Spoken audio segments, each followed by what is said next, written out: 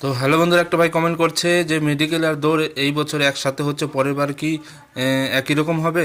তো মেডিকেলের পর কি দাদা ডকুমেন্টস ভেরিফিকেশন হয়? দেখো ভাই, এই বছর তাড়াতাড়ির জন্য তোমার ফিজিক্যাল আর মেডিকেল একসাথে করাচ্ছে, ঠিক আছে? 2025-এ যে ভ্যাকেন্সি বেরিয়েছে, হয়তো তখন স্টেপ বাই স্টেপই হবে।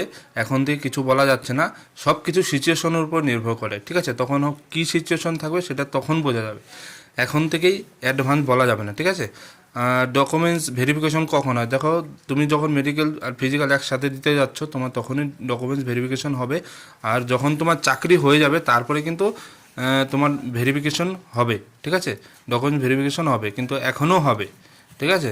নেক্সট কমেন্টের অ্যান্সার দেবো, দাঁতে দাঁত মিলছে না, তাহলে কোনো প্রবলেম হবে? কোনো প্রবলেম হবে না। তোমার দাঁত ভালো করে ওয়াশ করে ক্লিন করে, দাঁতে যদি পোকা থাকে সেটাকে ভালো করে পুটিং করে তারপরে তুমি মেডিকেল করতে যাও, তাহলে কোনো প্রবলেম হবে না। ওকে।